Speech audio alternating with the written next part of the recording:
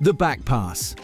In the 1992 European Championship final, Germany are losing 2-0 to Denmark.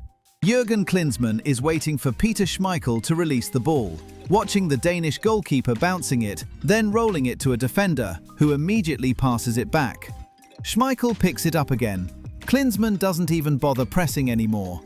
Under existing regulations, goalkeepers can hold back passes indefinitely, and Denmark, who qualified by default after Yugoslavia's disqualification due to the Balkan conflict, given 10 days' notice, are exploiting that loophole to secure the biggest upset in European Championship history.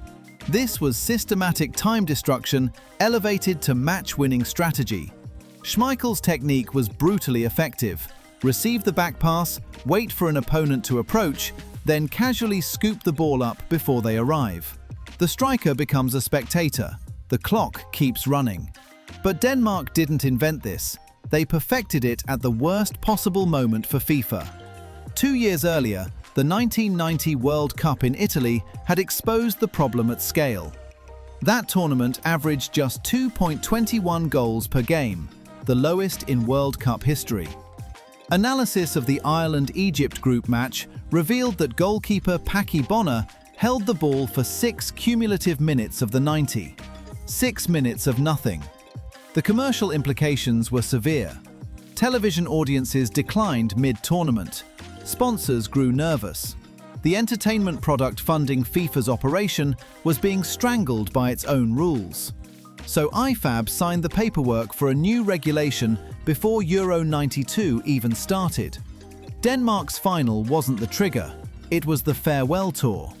In the dying seconds, German defender Stefan Reuter passed back to Bodo Illgner, the last legally handled back pass in major tournament history. Weeks later, Law 12 changed forever. Goalkeepers could no longer handle deliberate back passes.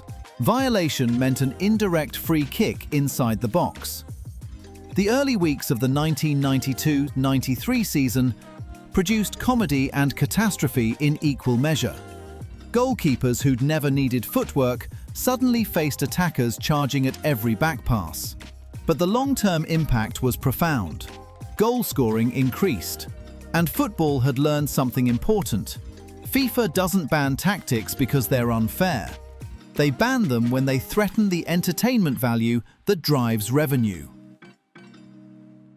Offside manipulation. The offside rule seemed simple when formalized in 1863. Any player ahead of the ball was offside, full stop.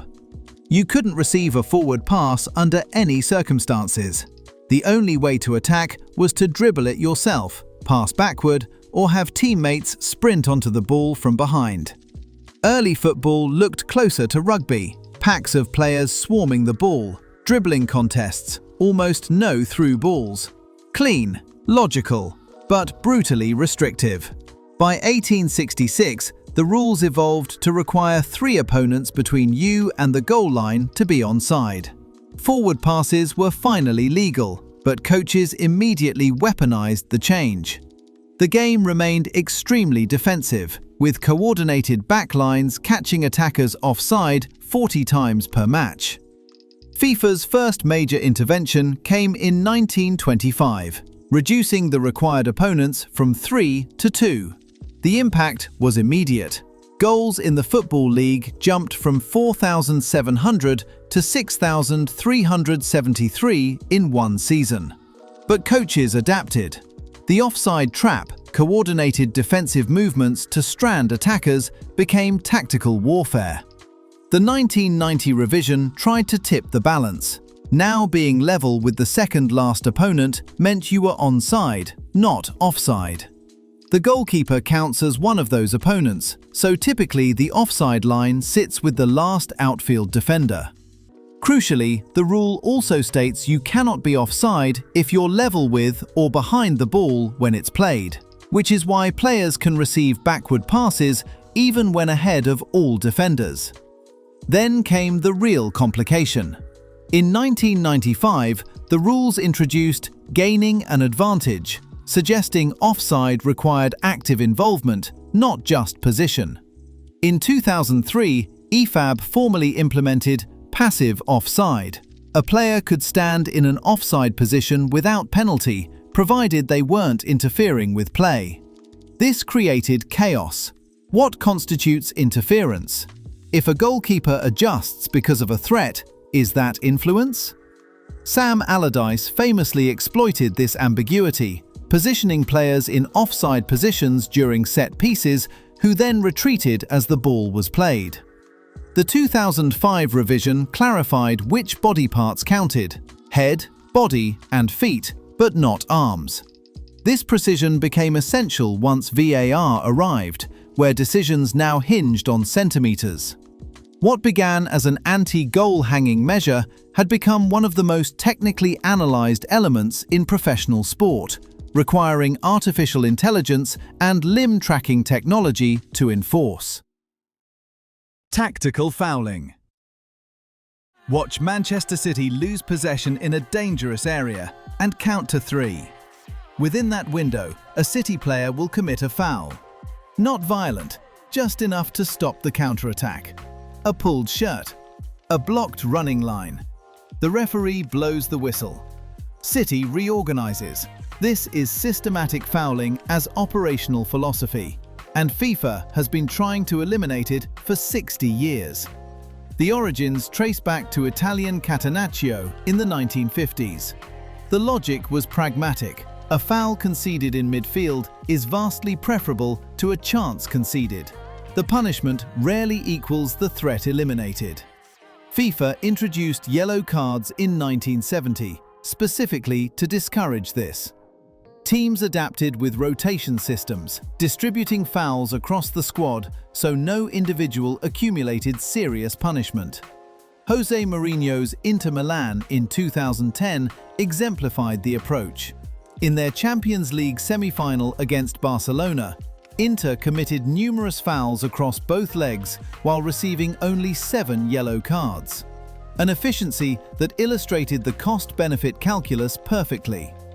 Certain players built entire reputations around this dark art. Sergio Ramos mastered the tactical booking, also accumulating yellow cards strategically to serve suspensions in less important matches. Casemiro became Madrid's midfield enforcer, breaking up play with precision fouls that rarely resulted in fitting punishment. Barcelona under Guardiola employed tactical fouling to prevent counter-attacks. Ironic given their possession philosophy. FIFA introduced persistent infringement rules, allowing referees to caution players for contributing to team fouling patterns. But enforcement remains subjective. What threshold triggers punishment? Referees interpret differently, and coaches exploit the gaps. Modern elite teams now track foul distribution through real-time analytics, adjusting tactical responsibilities based on disciplinary records. This is tactical fouling optimized through sports science. Until FIFA fundamentally changes the cost-benefit equation through sin bin dismissals or advantage point free kicks, this tactic will remain embedded in elite football. Some strategies can't be legislated away. They can only be managed. Excessive force and dangerous tackles. In 2002, Roy Keane admitted something that would define an era. His challenge on Alf Inge Haaland wasn't mistimed. It was punishment. Deliberate, calculated, career-threatening punishment. Keane wrote in his autobiography that he intended to hurt Haaland. The confession came a year after the tackle itself. The backstory matters. In 1997, Keane had ruptured his ACL while attempting to challenge Haaland during a match at Elland Road. As Keane lay in agony, Haaland stood over him, accusing him of faking injury. Keane never forgot. In April 2001, with Haaland now playing for Manchester City, Keane exacted his revenge. A knee-high challenge that would become one of the most infamous fouls in Premier League history. Initially, Keane received a 3-match ban and a £5,000 fine. But after his autobiography revealed the premeditated nature of the assault, the FA extended his suspension by 5 more matches and increased the fine to £150,000. Total punishment: 8 matches and £155,000. Throughout the 1980s and 1990s, English football cultivated enforcement culture. Certain players existed to intimidate through physical aggression. The two-footed tackle, lunging with studs raised, was the weapon of choice. The tactical purpose was psychological disruption. Make opponents fear the challenge. Make them question what lunatic is on the other end of a 50-50 duel, and you've won the game. Research shows that skillful forwards facing aggressive markers demonstrated measurable performance decline across 90 minutes. The threat of injury created cognitive load that degraded technical execution. But the human cost was significant. Eduardo da Silva's broken leg in February 2008 became a turning point. The images, bone visible, career altered, forced FIFA to confront patterns tacitly accepted for decades. The language shift in regulations tells the story. Early versions referenced dangerous play, subjective, interpretable. Modern rules specifically prohibit challenges with excessive force or endangering safety, with immediate red cards regardless of whether contact occurs. Showing studs, straight-footed tackles, all now scrutinized more heavily. VAR has raised new questions. Does slow motion make tackles look worse than they actually are? The bar for red cards is lower than ever. Maybe that's progress. Maybe it's overcorrection. But the rule change was needed. Golden goal. What happens when a rule designed to increase excitement creates tactics so conservative they destroy entertainment entirely? In 1993, FIFA faced a problem. Extra time in knockout matches had become predictable. Teams played 30 additional minutes preparing for penalties rather than seeking victory. The solution? Golden goal.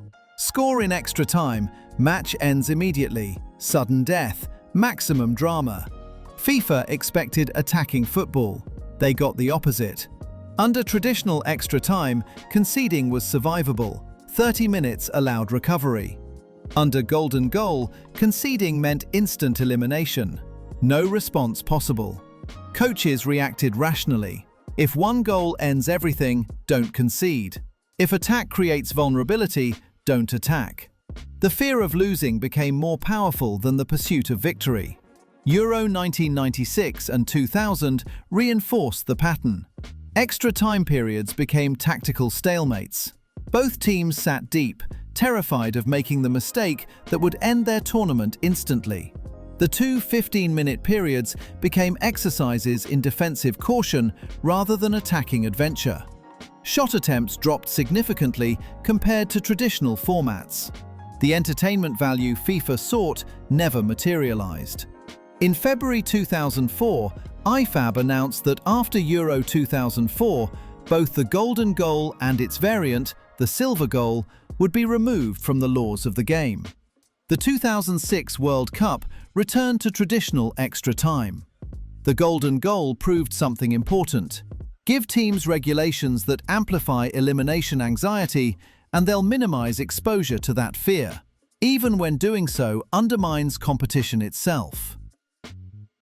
Diving and penalty farming.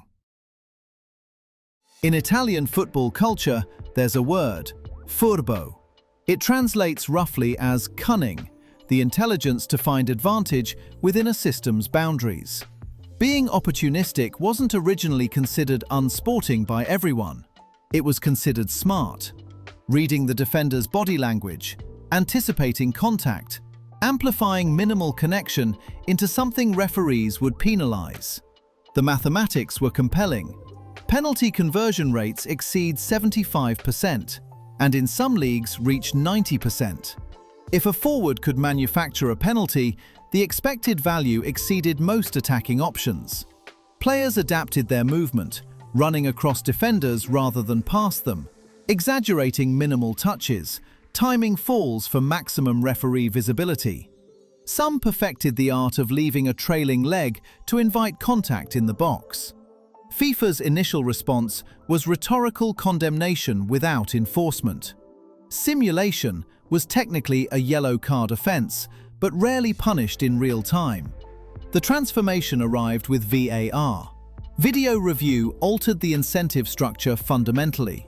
Dives that worked in real time could be overturned after review. The probability of successful deception dropped dramatically.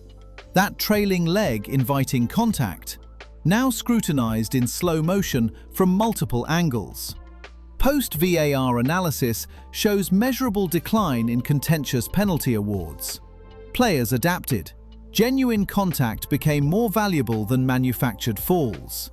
Yet simulation hasn't disappeared. It's evolved into subtler forms.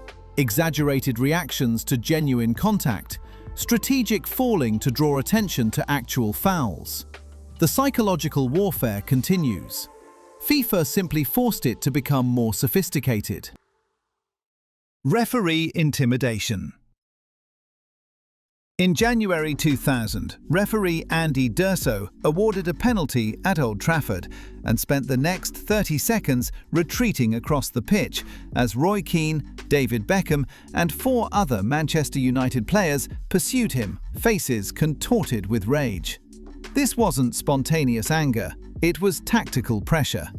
Sir Alex Ferguson's Manchester United perfected the approach: surround referees after controversial decisions, apply vocal and physical pressure, create atmospheres where future calls might favour the intimidating party.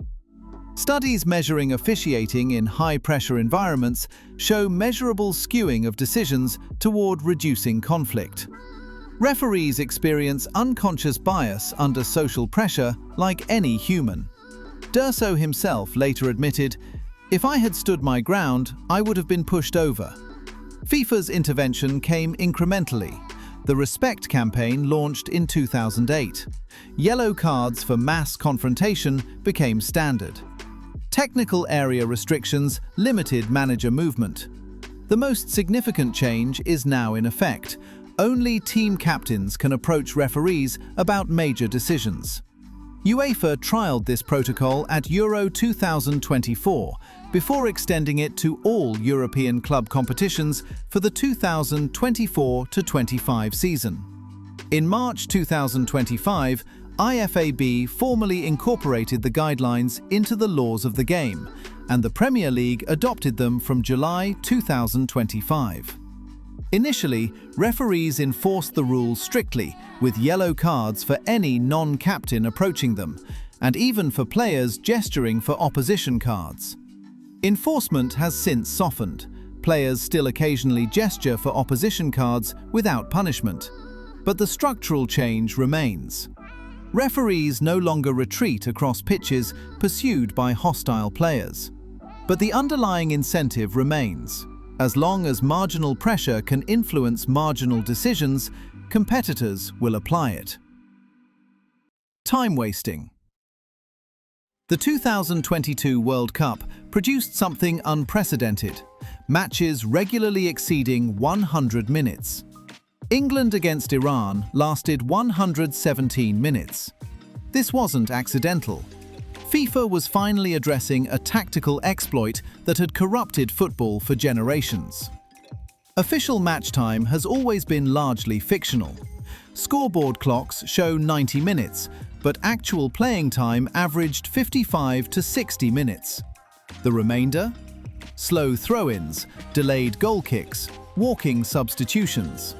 Teams leading narrow scorelines had every incentive to maximize non-playing time. Each wasted second reduced opponents' opportunity to equalize. The 6-second rule for goalkeepers exemplified enforcement failure. Technically, keepers had 6 seconds to release the ball. In practice, violations were almost never punished. Goalkeepers routinely held possession for 20 seconds without consequence. Qatar changed everything. FIFA mandated aggressive stoppage calculation. every significant delay was added. Average stoppage time increased from approximately 4 minutes to 10 or more. The impact was immediate. Time-wasting effectiveness collapsed. A team leading in the 85th minute could no longer assume 5 remaining minutes. They might face 15. The Premier League followed suit for the 2023-24 season, implementing similar guidelines. Ball in play time increased by nearly 4 minutes per match. For the 2024-25 season, officials softened the approach slightly, now allowing 30 seconds for celebrations before adding time. But the fundamental shift toward accurate timekeeping remains.